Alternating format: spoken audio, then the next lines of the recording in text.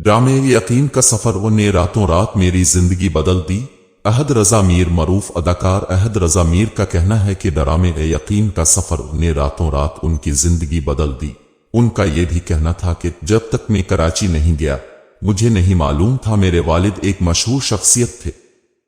अहद रजा मीर इस वक्त Hollywood industry में प्रोजेक्ट्स में मसरूफ हैं, जहां वो नेटफ्लिक्स के रेजिडेंट इवल और बीबीसी के वर्ल्ड ऑन फायर के दूसरे सीजन जैसे बैन अल-अक़वामी प्रोजेक्ट्स में किस्मत आजमाई कर रहे हैं। वो टोरंटो में लाइव थिएटर में भी परफॉर्म कर रहे हैं।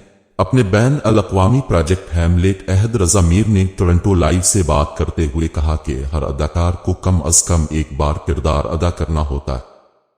ख्वाब देखते हैं, इसलिए दूसरा मौका मिलना हैरत अंगेज है, लेकिन मुझे उम्मीद नहीं थी कि प्रोजेक्ट 3 साल तक ताखीर का शिकार होगा।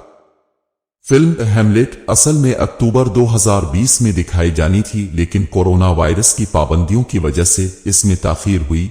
हैमलेट अंग्रेजी अदब के अजीम मुसन्निफ विलियम शेक्सपियर के लिखे गए मकबूल तरीन नावल हैमलेट एक घोस्ट स्टोरी की ड्रामा निगारी है। अहद रजा मीर का किरदार हैमलेट था। हैमलेट डेनिश शहजादा है जो अपने वालिद के कातिल अंकल क्लाडियो से बदला लेना चाहता है। एक इंटरव्यू में अदाकार ने कहा कि मैंने नेटफ्लिक्स के साथ 2021 में द रेजिडेंट इवल और फिर 2022 में बीबीसी के साथ वर्ल्ड ऑन फायर में काम किया।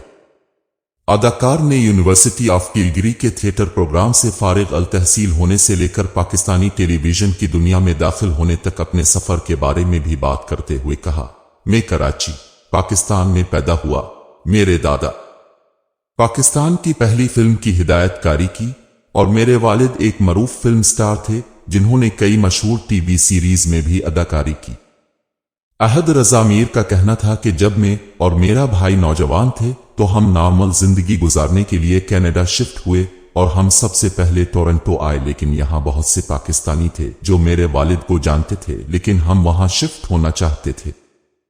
नाकाबिल शनाख्त हम फिर किलगरी शिफ्ट हो गए, जहां मैंने किलगरी यूनिवर्सिटी से मुकम्मल किया और वहां तकरीबन 1 साल काम किया। अहद रजा मीर का कहना था कि मैंने पहले टोरंटो जाने का इरादा किया था, वजाहत करते हुए कहा कि मैंने वहां कुछ अपार्टमेंट्स देखे। कुछ लोगों से मिलने के बाद मैं गर्मियों की छुट्टियों के लिए वापस पाकिस्तान चला गया, लेकिन मैंने कभी पाकिस्तान में अपने करियर का आगाज करने का नहीं सोचा। उन्होंने कहा कि पाकिस्तान वापस आने के बाद कई साल वहां काम किया। जिस तरह बॉलीवुड फिल्मों के लिए मशहूर है, इसी तरह पाकिस्तान ड्रामों के लिए भी मशहूर है। मैंने पाकिस्तान में 26 इकसात पर मुश्तमिल ड्रामा सीरियल किया। ड्रामा यकीन का सफर में काम किया, जिसने रातों रात मेरी जिंदगी बदल दी। अकरबा परवरी के इल्जामात के हवाले से अहद रजा मीर का कहना था कि लोग वही कहेंगे जो वो कहना चाहते हैं। मैं समझता हूं कि डॉक्टर का बच्चा डॉक्टर बनता है, वकील का बच्चा वकील बन जाता है और उन्हें बहुत सी मुश्किलात का सामना नहीं करना पड़ा। ऐसा नहीं है कि मैं अदाकारी की दुनिया में पला बड़ा हूं। उन्होंने मजीद कहा, जब तक मैं बचपन में कराची नहीं गया मुझे नहीं मालूम था कि मेरे वालिद एक मशहूर शख्सियत है।